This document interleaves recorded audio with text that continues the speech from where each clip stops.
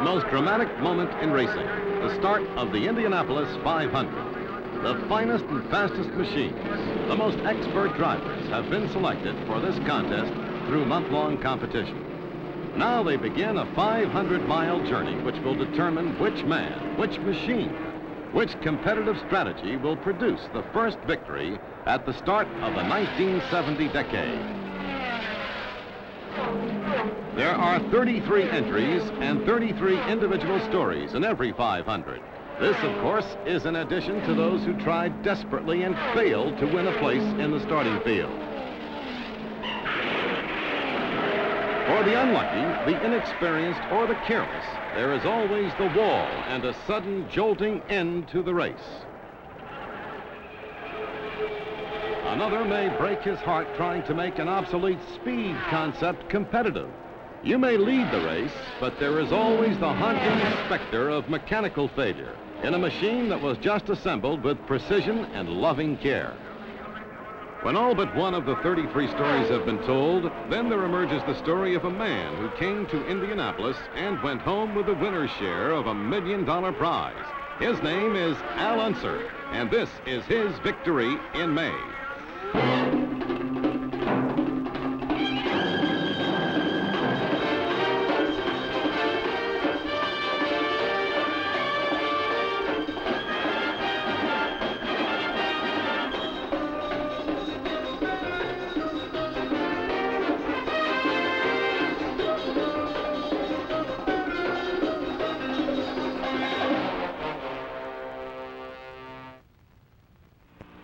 Speedway City is home for the 500. 35 miles an hour is the speed limit. Even inside the famous oval, that is the speed at which you may tour the most publicized 2.5 miles of roadway in America. While the racers compete in far-off exotic places, thousands of visitors annually visit the Speedway through the fall and into winter.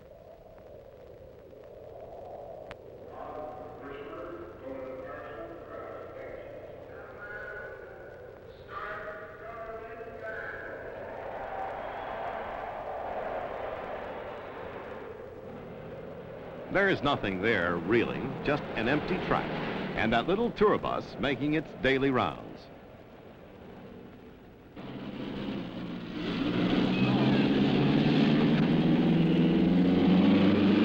But this sound is real. The snow has barely melted, and the racers are already conducting new design tire tests for a 500 that is still months away.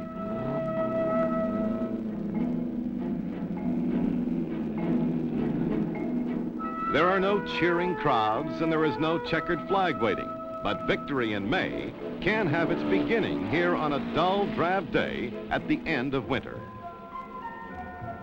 The observer, who now sits bundled up in his drafty observation post, is there when the sun warms the earth on the first day of May.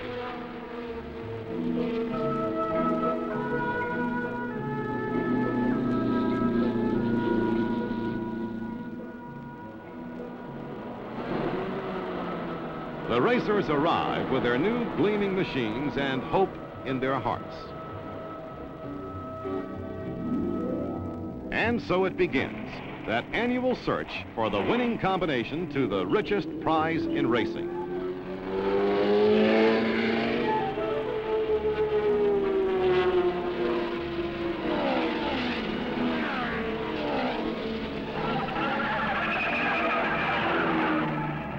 The first incidents of the month are usually startling to everyone, especially the driver.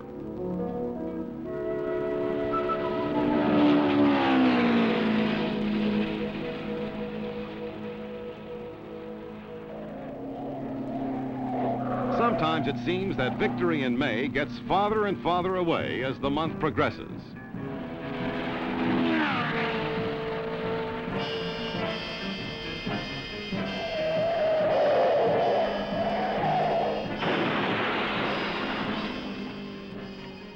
Rookie John Cannon is safe and lucky.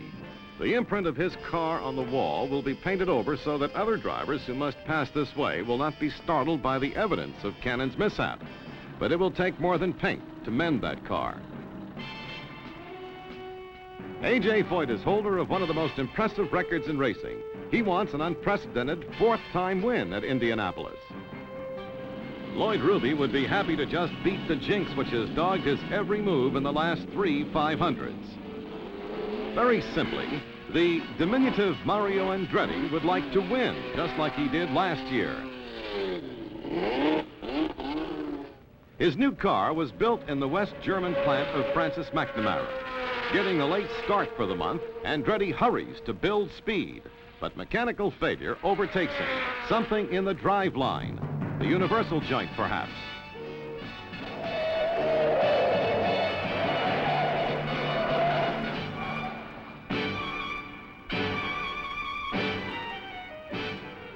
A sudden storm breaks, adding to the gloom of the moment. May 11th is a total loss for Mario Andretti.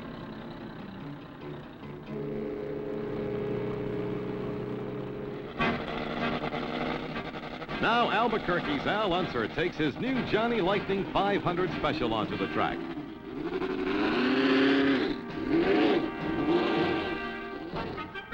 The crew is lighthearted. The car runs good. And the Pikes Peak Hill Climb champion is on his way. He's got a lot going for him. His car was built by George Bignotti, who engineered A.J. Foyt's 1961 winner.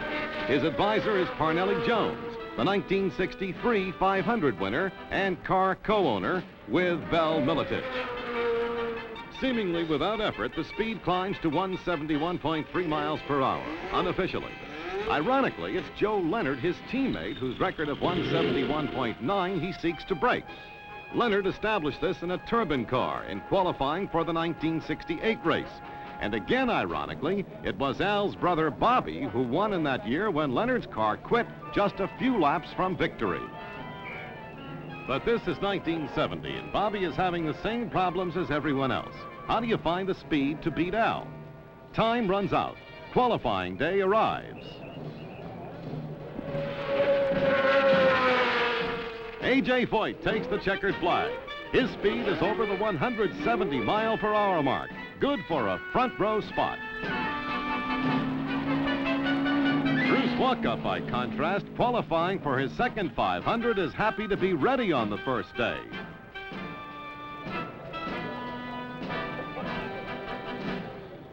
Al's Johnny Lightning rolls onto the track. To win the pole, all he has to do is keep on doing what he's been doing.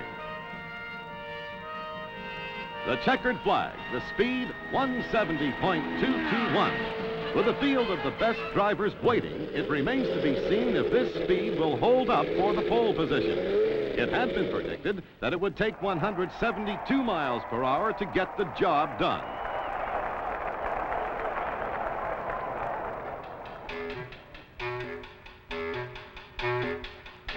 Last year's Rookie of the Year, Mark Donahue, rolls onto the track. The average speed, 168.911. Now Johnny Rutherford, whose best previous starting position was 11th, circles the track. His speed falls short of the pole by 3/1000ths of a second, but he's faster than A.J. Foyt. There's nothing like being ready the first day. The checkered flag falls again. Art Pollard earns his spot in the second row. And then comes Mario. His car is fixed. He's in the third row. The national champion speed is 168.209. Not bad for a man who decorated the wall just 5 days before. Bobby Unser becomes the third Indianapolis winner to qualify. His speed, 168.508, and just in time. Pat Vadan trades his flags for an umbrella, and as luck would have it, Lloyd Ruby is left sitting in line, ready to qualify.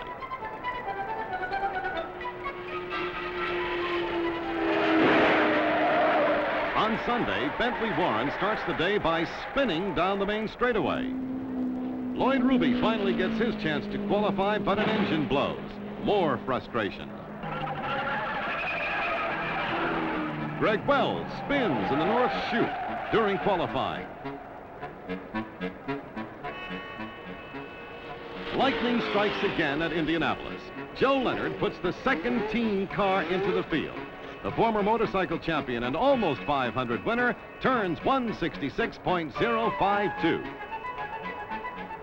Fast enough to make George Bignotti spend 50 cents for ice cream. George Fulmer, a Pasadena, California businessman, ties up the 21st starting position for the race, and that finishes the first qualifying weekend.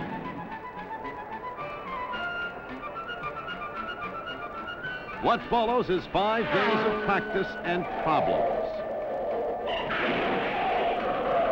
10:39 a.m., Wednesday, March 20th. Larry Cannon hits the wall 3 times. Driver, okay. Car damage, minor. 10:16 a.m., Saturday, May 23rd. Sam Posey loops in turn 4. Car and driver, okay. 23 minutes later, Al Acosta and Lloyd Ruby almost tangle in turn 1. It's bumping time at the 500. The pressure is really on.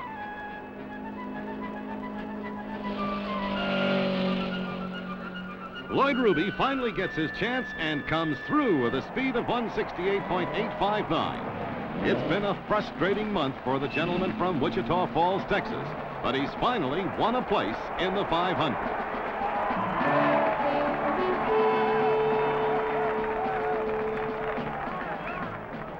It's the fastest starting field in history. The yellow flag comes out as drivers fail to make speed suitable to win a position.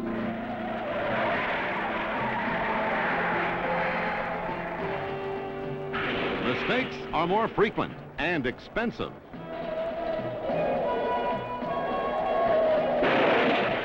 The harder they try, the worse it gets.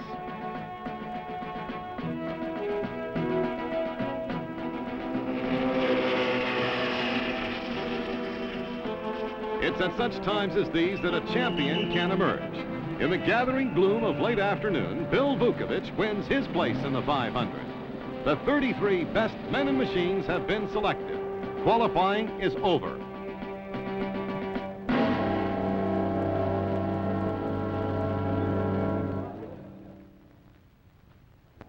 On race day, no one would own up to having doubts about Tony Hulman's influence with the weathermen. Just the same, a lot of umbrellas came in with the fried chicken and sandwiches. The men in Gasoline Alley eat early on race day, that is, those who have time. The cars are pushed out. The mechanics have done their best. Their work is done. From here on, it's up to the man behind the wheel.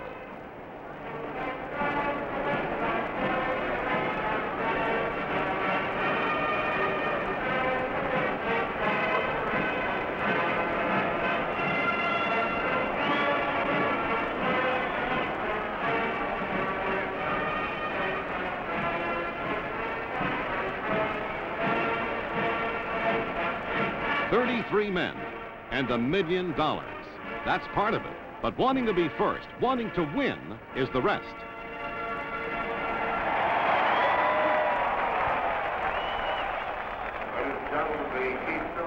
Rain. Too much to start safely, and so they wait, each in his own way. Now here is the chief steward, gentlemen.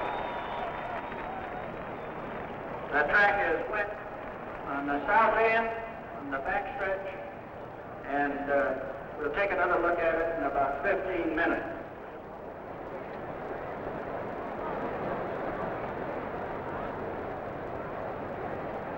Attention. We can start the race. The skies are not clear, but the track is finally dry. Tony Hulman's Silver Anniversary 500 will be a success after all.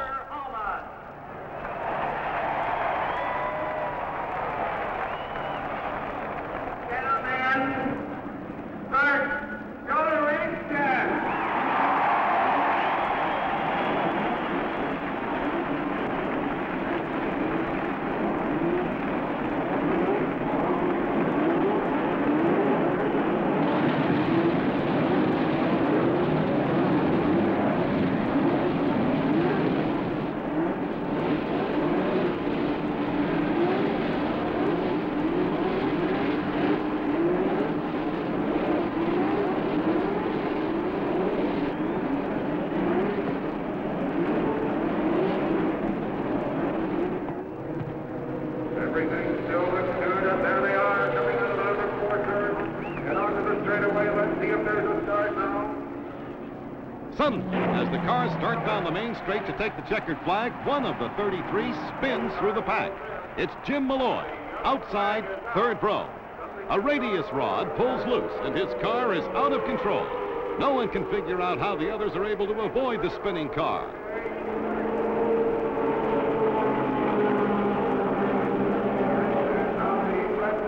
The yellow light stays on. Then the red flag is displayed. The field comes to a halt as anxious mechanics rush out to see if their speed creations and drivers are all right.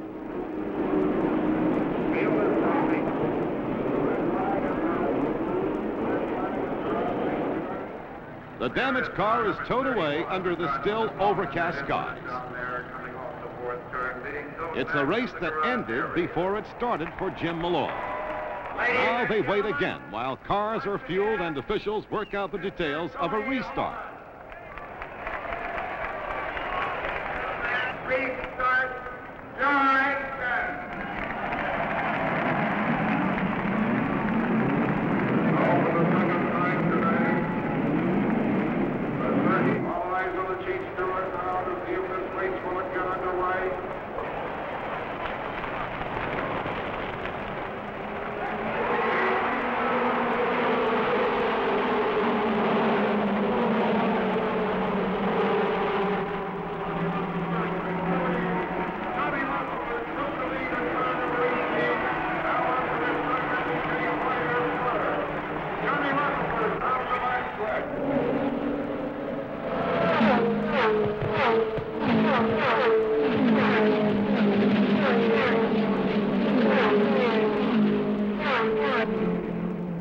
First, Johnny Rutherford moves to the front, but only for a moment.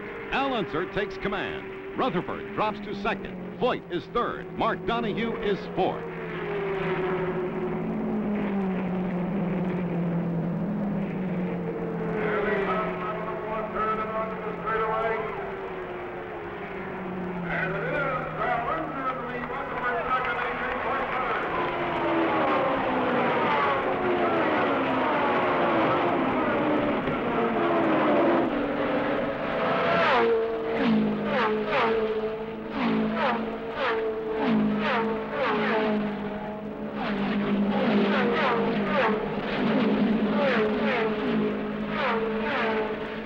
George Fulmer goes out in the 18th lap with engine problems. Unser. Rutherford. And now Art Pollard. 1, 2, 3. But Pollard's bid for the winner's spot ends in the 28th lap.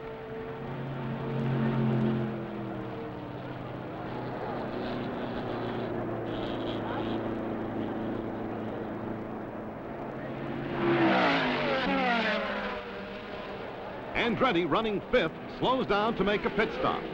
He comes in on the 29th lap for a quick check on his running gear.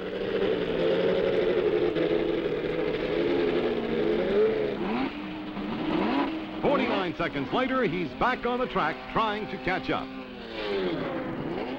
Others have had to come in the pits early. Bruce Walkup goes 44 laps, then a timing gear fails, and there's nothing left except next year.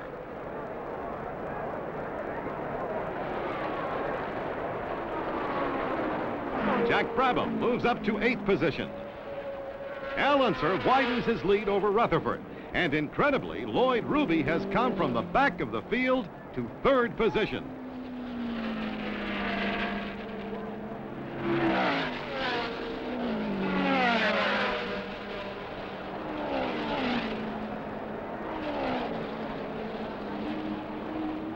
"49 laps down, time for the first of 3 scheduled pit stops. Al comes in for a total of 43 seconds as A.J. Voigt goes into the lead.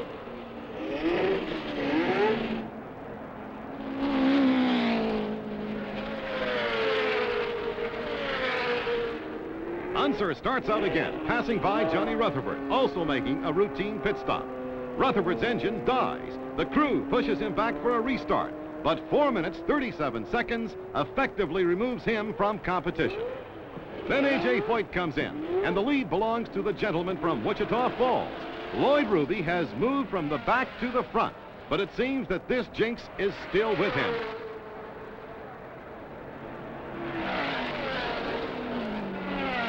His engine blows.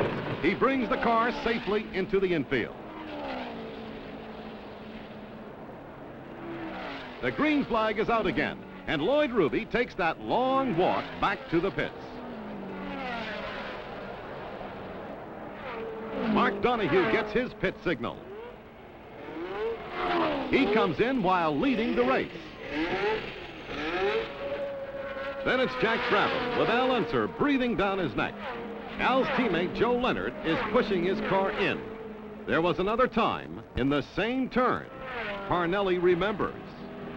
Bill Vukovich has also taken that long walk back. Now Al Unser leads. In the 87th lap, there is a near catastrophe in the pits. Dick Simon of Salt Lake spins to avoid a collision with Mel Kenyon. Al comes in for service on the 101st lap. Foyt does the same, but has to go around one more time. Would you believe there's a parking problem in the pits? And for Johnny Rutherford, the race is over. The lead passes from Unser to Foyt to Donahue, and then back to Al Unser again. He continues to dominate the field as Bob Bowes records the laps.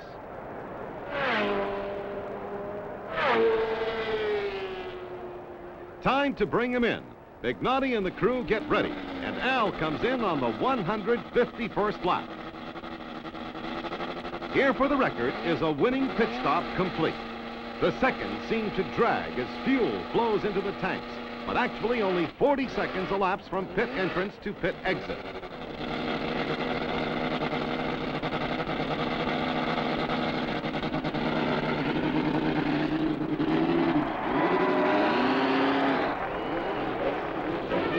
Bobby Unser comes in. It's the 154th lap.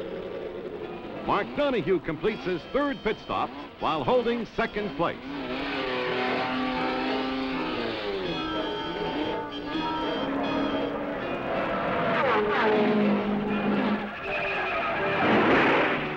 In the 172nd lap, a vibration-worn part breaks on the car driven by Roger McCluskey.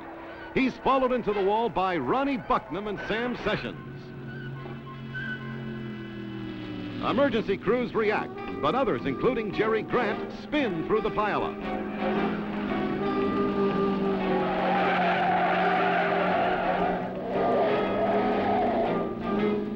Within moments, the situation is under control. The cars use the infield as an emergency racetrack. The safety crews work with fast precision. No one is injured. It just takes time to clean up such a big mess.